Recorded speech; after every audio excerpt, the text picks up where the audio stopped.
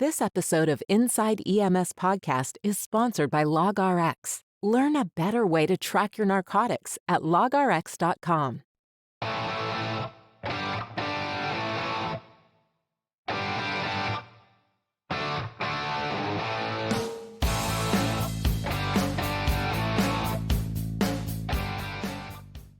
Well, I got to tell you, another week, and it's time to go Inside EMS. I am your host, Chris Cebollero. Happy to be with you always as we take and discuss the stories that are happening inside EMS. Kelly Grayson is on special assignment as he continues to educate the next generation of EMS provider. He's probably doing a little bit of education for today's EMS provider as well.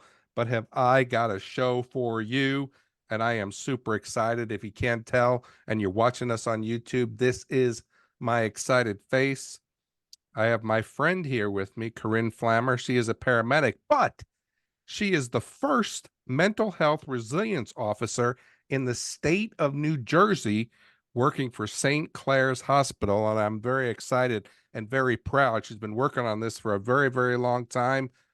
Corinne, I want to thank you for joining us on Inside EMS. Chris, thank you so much. This is definitely a new experience for me, but I'm glad to be sharing it with you. But I got to tell you, how cool is this, right? I've known you for many years. We're talking probably 60, 70 years now that we've known each other, right? But It feels that way. Right. Sometimes it does, but you have always been on point of wanting to help the mental wellness of people, not only in your state, but really EMS wide, to do better with their mental wellness. And resilience has really been something that has been a passion for you. I think even before we get into all this mess, why resilience? Why are you there in the front trying to make sure that you bring awareness to this strong subject? Well, I think it's important to realize that growth is always possible. And a lot of times when we talk about things that happen, that set us back a day or two or set us back a little bit in our forward momentum as people, as a paramedic, whether that's a difficult call or, a partner conflict or even a conflict at home, sometimes it's easy to forget that our personalities, our brains, our neurology is always resetting itself. So the idea of getting help after an incident is something we've really gotten used to. But the idea that we can actually be stronger before those tough things in life happen Yeah. is something that I feel is new for EMS. It's something that we've always kind of known, but we've been able to now take it and put it in this bowl and say, here it is. Let's work on our resilience. Let's work on these aspects of our lives so that when that really difficult call comes in, when a pandemic hits, when, things that are naturally part of EMS all of a sudden pop up and seem so big and right in front of us, we'll have something to draw on. We'll have that knowledge in the back of our minds that we're going to get through this, that we're strong. EMS providers are strong people. Yes. So a resiliency program helps them recognize their own strengths and build on that to be even happier and stronger individuals. I've always said, I really want to make people happy. And I don't mean that in a people pleasing kind of way. I mean that I really want people to find happiness. I want them to be fulfilled. And resilience is definitely a way that I can help introduce that concept to my coworkers, to really no matter where they are. EMS is one big world family, and anything that I can do to help people realize that they have this in them, they have this strength, they have this ability to get through really tough stuff, Yeah. I think will just improve their lives. I think you hit the nail on the head. EMS, we're always reactionary, right? We're reaction to people who Yeah. are calling us to go to, 911. That's why community paramedicine is now trying to be more preventative, right? But I think what you talk about here is we talk about, and I'm going to ask you later specifically about CISD, but we do that after the fact. But what you're giving us now is to say, let's be anticipatory that this may be a challenge for our providers, and we do something for them now. So let's go ahead and get right into the meat of this. We hear this word resiliency, and we hear that we have to be resilient. And, it seems that more and more this word is right on the tip of our tongue. But what does it really mean? Well, it means being able to to continue on forward in your life without being set back too dangerously by things that happen to us. So resilience is the ability to bounce back from a time of difficulty or a challenge and come through it and be strong and return to a state of function that we were at before the incident. It's something that EMS personnel are really good at. We're really good at, going on these calls and coming right back and going on the next one. But every now and then one comes up that's not quite as easy to get past. So resiliency, as we talk about it in EMS and what we're talking about right now, is the ability to keep your personality going, to keep all the good parts about yourself, even when you're going through a difficult time, to bounce back to a state of optimal function after a difficult experience. So when we think about this, and I think, again, knowing you for so long, 70, 80 years, whatever it was, I think was longer than 60 or 70, but, Might have been. and you've always kind of talked about developing these resiliency programs, and certainly you're a consultant, you've helped people set these up, but in organizations, and if anybody's interested, best that they get in touch with you. But one of the things that I think is interesting is when we think about a resiliency program, what does that mean? What do we do? How do we set that up? What do we make that look like?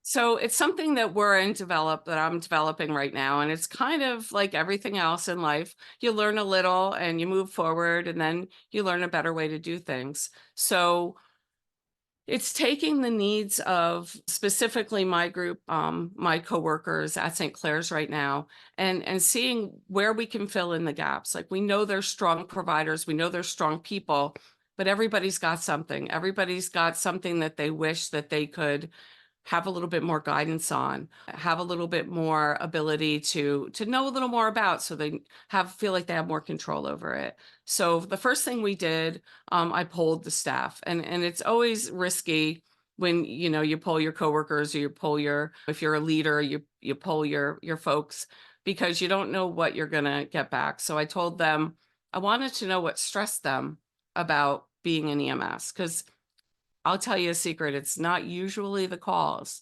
The day-to-day stressors on paramedics, EMTs, I guess any first responder really add up more than that one bad call we always talk about, or that one difficult job. So I gave them a caveat. I told them I would pay them all $1 million a year if I could, but that's not going to be helpful for this program. I want to find out what you need that I can actually do. I can't make you make more money, not right away anyway, but I can help you with some of the stressors of life. And I was interested to find that almost a quarter of my people had no idea what they wanted or what they needed. But you know what? There's some real honesty to that, because we don't even think what is going to make us happy is actually what is going to make us happy. A lot of people think hitting the lottery would make them happy. But if you poll lottery winners, they're not actually, they were almost happier being broke. Now, I personally would like to try that out. Me too, But right? I was just going to say, I want to give it a shot. exactly. But I promise I'll be just as happy. But the The money will reality buy me a is, lot of therapy. It'll buy me a lot of exactly, therapy. buy a lot of comfort. But a lot of things came out that I'm really interested in, and that's the direction I'm taking the program. They wanted fitness. Now, the way our stations are set up, they're not set up that I can have a gym in a station like some firehouses, some EMS departments do. But they wanted the ability to either, work out on duty or right after duty, a 24-hour type fitness place. So one of the things we looked into and that we're working on and we have right now is discounts and at local fitness places. Another thing they asked about actually was meal planning. They wanted nutrition.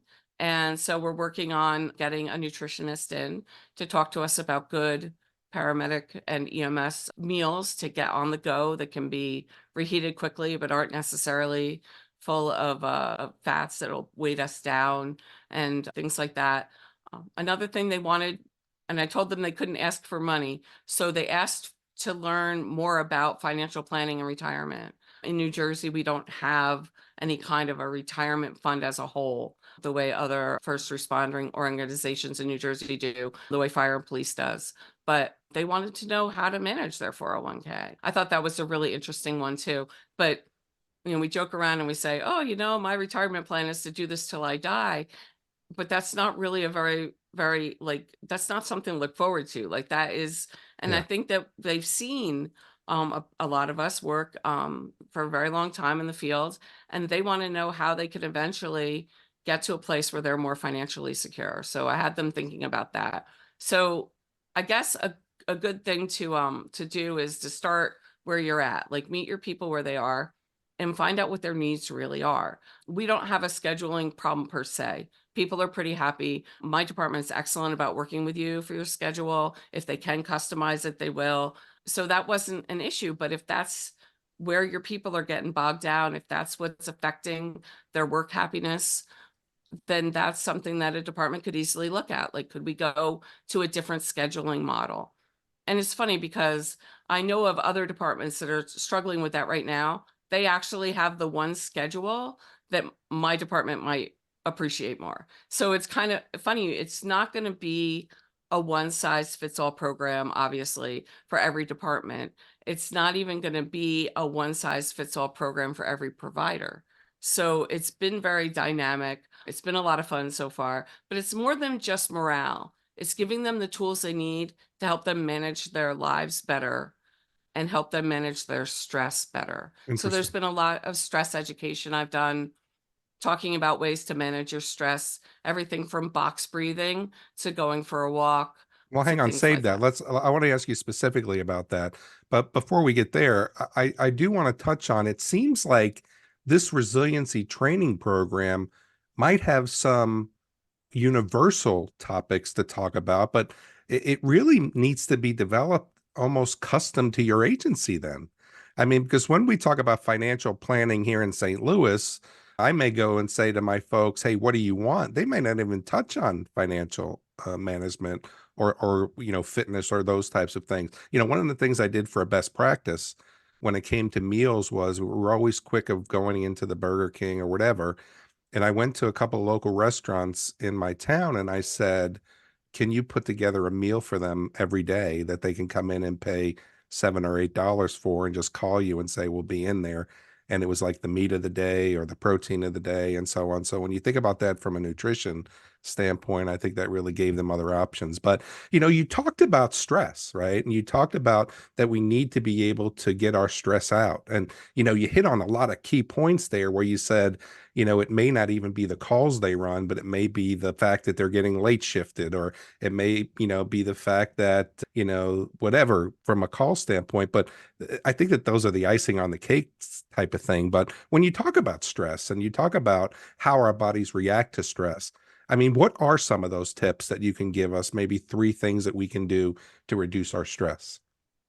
So I always talk to folks when they're, especially if they're struggling, about people, places, and things. So I have them kind of get centered on themselves and what they're really feeling. A lot of time, the stress that we feel on us is coming from other sources, be it our family, our partners. So I try to tell them, think about the people that they are causing you stress right now, and try to pull yourself out of that situation and think about what's really going on inside you. Like, what is really the stress? One of the things I teach them when they're in an acute stressful situation is to focus on their breath, focus on just breathing, and then allow themselves to feel what they're feeling. First responders have an incredible ability to put things aside and move on with the day. And sometimes when we keep pushing our feelings aside, it's difficult for us to get back and to figure out what's really bothering us now, because, we're not thinking about all those things we pushed aside. So I always suggest journaling. Journaling is a really strong and mindful habit to get into. For a lot of people, a physical activity like going for a walk outside, even in New Jersey in the wintertime, you can be outside for a few minutes. You'll be okay. And I talk to them about doing that because the physical activity, actually, even the cold air, the sunlight, it resets your neurology and it allows you to be more centered. So those are the types of hints that I try to remind people. And it's really just reminding people what works for them. I Yeah. mean, people might have a good idea already that, hey, I feel better when I work out. I personally don't feel better when I work out, but I Yeah. do feel better if I do read a book. So it's important for people to develop like a personal plan for when the time gets tough, as well as having one for your organization. Sure. So, and that's why, the mental health resilience officer for each organization is important, because it's not one organization fits all. Right. It's not the same exact solution, even for every organization, even for every EMS organization. So it is important, I think, an important position to bring into a management team for that reason, to handle those unique differences and those unique challenges Right. that people face. And now let's pause for a word from our sponsor. Designed and founded by EMS professionals, LogRx provides real-time accountability of all your narcotics from cradle to grave. Reach out today for a demo and download the app on the iTunes and Google Play stores. And coming soon, LogRx will also track your medical supplies, equipment, PPE, and even vehicle checks. For more information, visit logrx.com. That's LOGRX.com. When it comes to a resilience program, we may not have one in our organization, or our leaders may not want to start one. But, you talked about, CISD, and there's also CISM. I mean, so when we think about it, aren't they the same thing? I mean, what's the difference between CISM, CISD, and the mental health resiliency program? Isn't it all the same? So, critical incident stress management, which is CISM, was an overarching way to handle a critical incident. So, the death of a child, the injury or death of a coworker, a line of duty, things that we know are universally stressful for any clinician, any provider to go on. But it's focused on the crisis. And a critical incident stress debriefing is actually focused on an individual crisis. Now, those two things can be part of a mental health resilience plan, but they're kind of like reacting after the incident. So they're closing the barn door after the horse is already gone. Whereas resilience is building up that barn door so the horse doesn't escape. So a lot of critical incident stress management, and I'm a big believer in critical incident stress management, I even have the belief that debriefings do help certain populations of people if they're done correctly. So I'm not discounting all the work that's been done there and the research that's been done there. I feel like that can really be part of this overall mental health resilience officer program and the mental health resilience officer position. I use CISM in my area when I need referrals.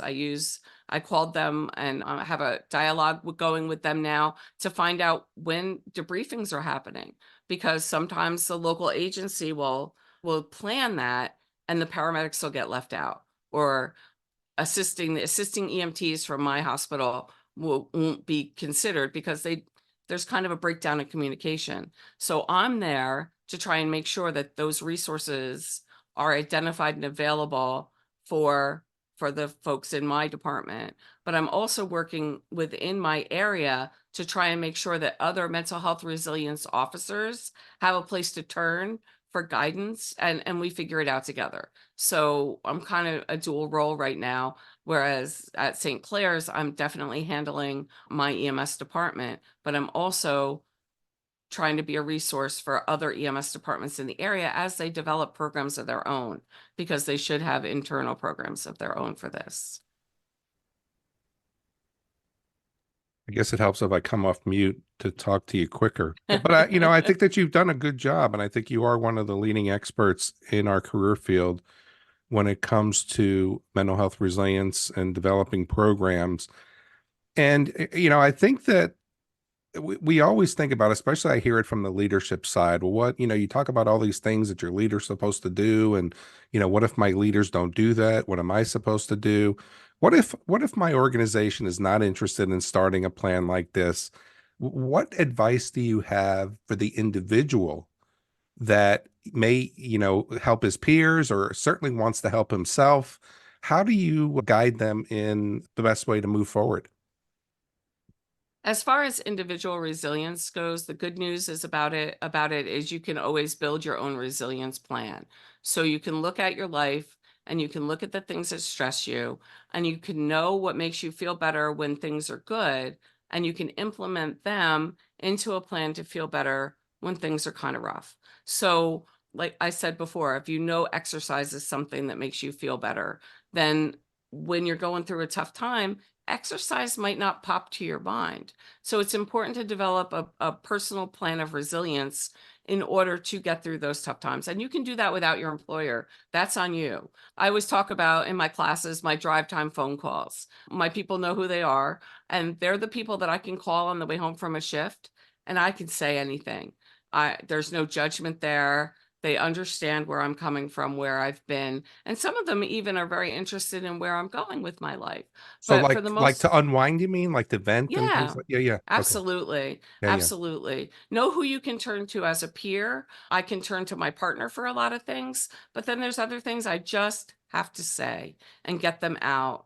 Journaling is good. If you don't have a strong support network of a lot of people you can call, journaling is a nice way to get your feelings out and have them to be concrete in front of you, kind of get them out of bouncing around in your head.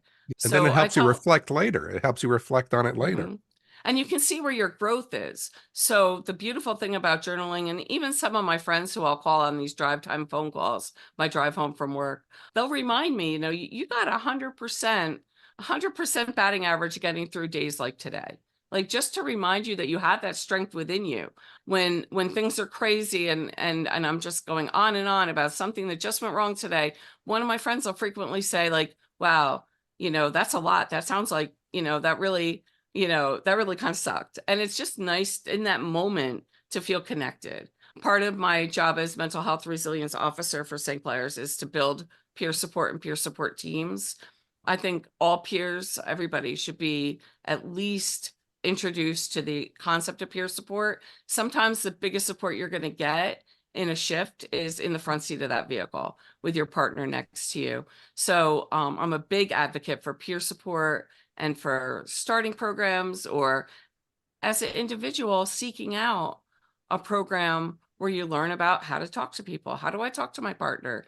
I'm not a big talker, I'm a big texter. So how do I learn to talk to the person sitting next to me? Because that is going to build the resiliency in both people. So it's great because it pays back right away. Helping someone else actually helps you too. Yeah. So being a peer support person actually gives you peer support at the same time, which Yeah. is great. It's a great human interaction there. It's good for people. So Very cool. One more question I think I have for you before we get going is, so there are people that will look to want to implement, and certainly if they're interested, they can get in touch with you for more assistance. But what type of resources would you suggest looking into for a department?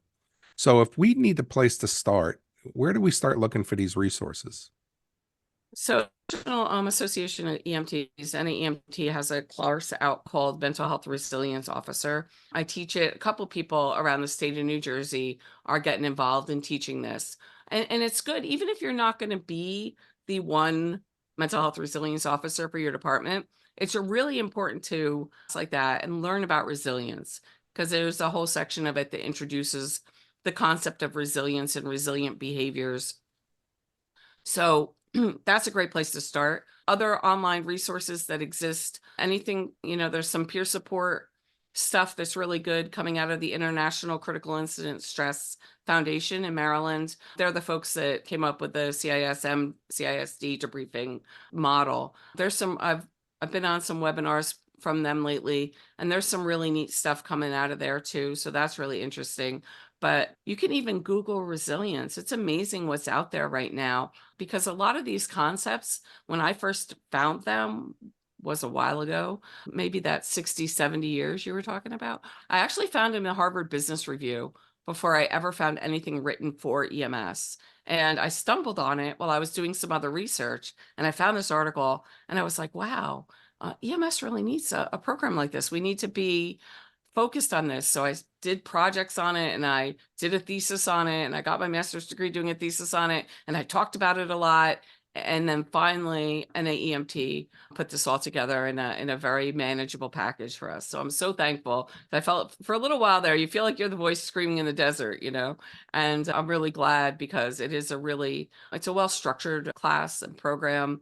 I take it in a little different direction, where we actually do a little bit of planning during my class, because I've seen classes like this. It's hard for everything to be general. So I like to take my people and put them into groups and say, okay, you guys are all from, Sparta, New Jersey, figure out what you can do in your town. Let's have a list of delicatessens that might participate with you, a list of gyms.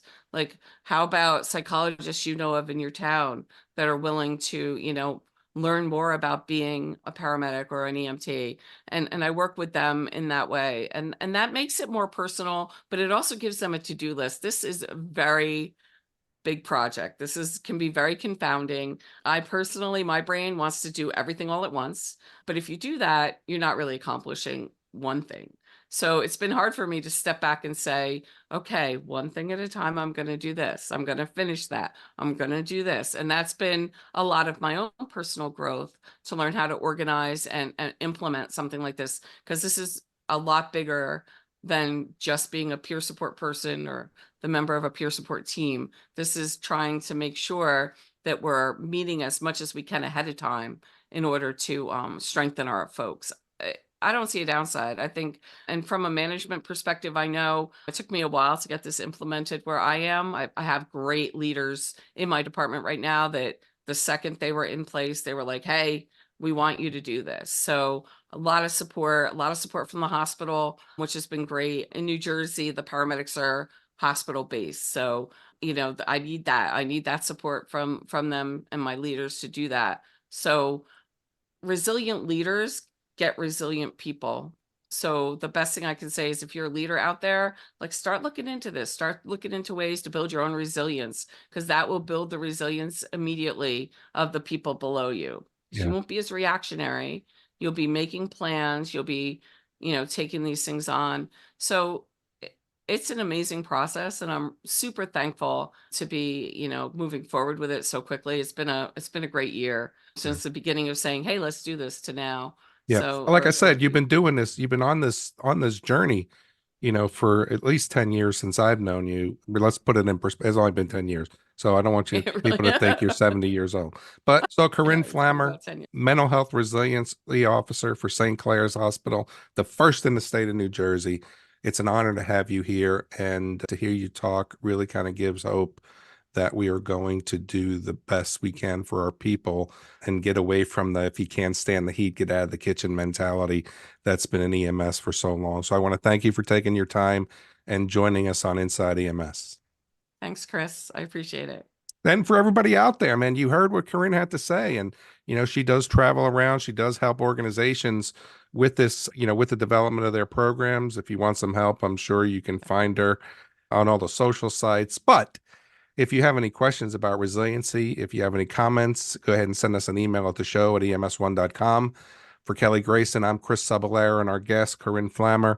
We look forward to chatting with everyone again real soon. We'll talk to you next week.